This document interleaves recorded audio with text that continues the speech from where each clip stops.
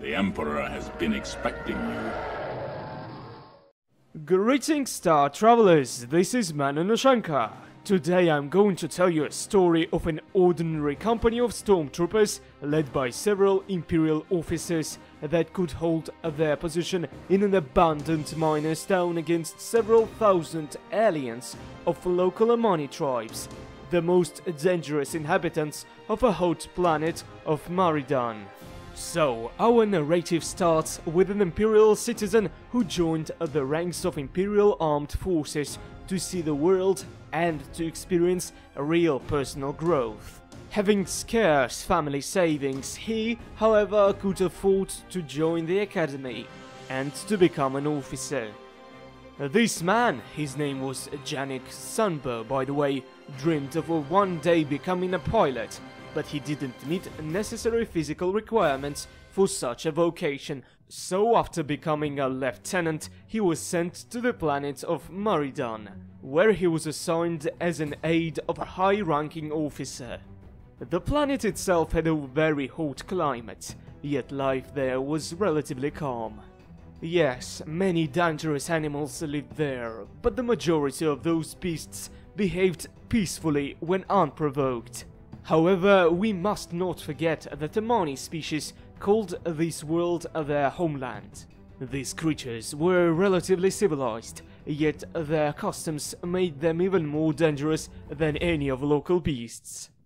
During their first contact with humans, Amani proved to be somewhat neutral to humans, yet very inimical to members of other local tribes.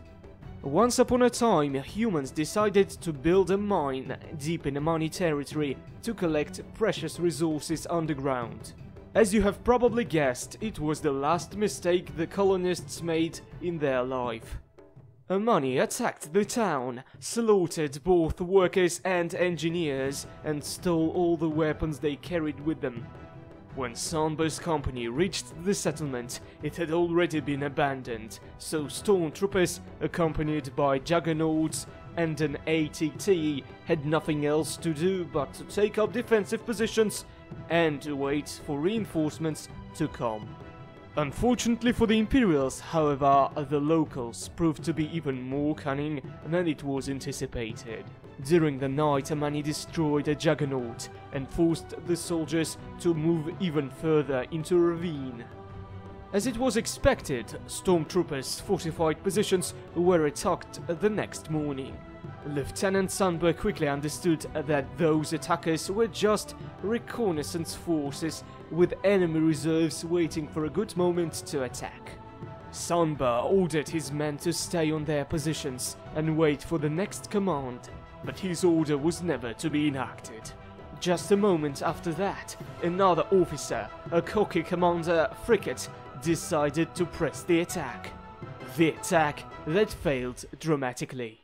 It was a grand fiasco for both the Stormtroopers and their officers, with Commander Frickett dying in action.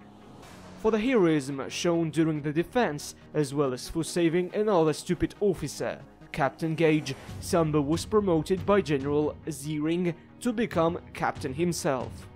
Trying to use this situation for his own good, Officer Gage asked Ziering to make him a commander, but the general denied his request since he saw a better commander in Sunber.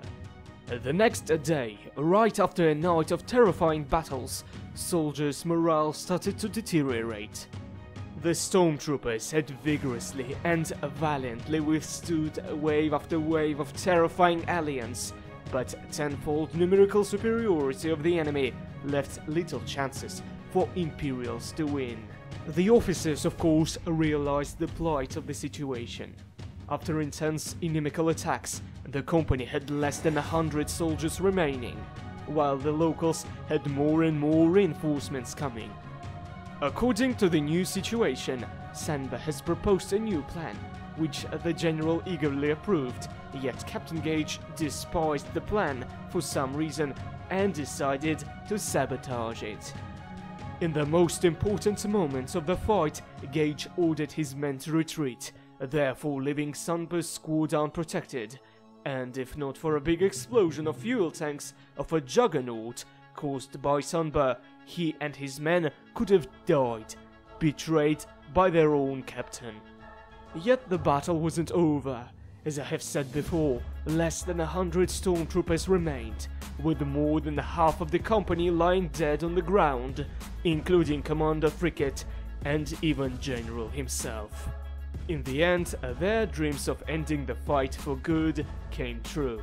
It suddenly appeared that the battle was nothing more than an ordinary Amani ritual, bloody yet necessary. When locals understood that Imperial soldiers were courageous enough to fight against all odds, with one Stormtrooper's life costing 10 lives of Amani specimen, the tribe decided to make a peace treaty and to pay the Imperial garrison a tribute in slaves, honoring the dead soldiers and officers of the Empire. And this was the end of a terrible battle that took place in one of numerous rocky ravines of Maridun, where a company of Stormtroopers managed to defeat a huge mass of terrifying local Amani warriors, who destroyed whole towns and militia armies with ease, yet who couldn't stand against the might of Stormtroopers. So what do you think about this story? Do you like my today's video?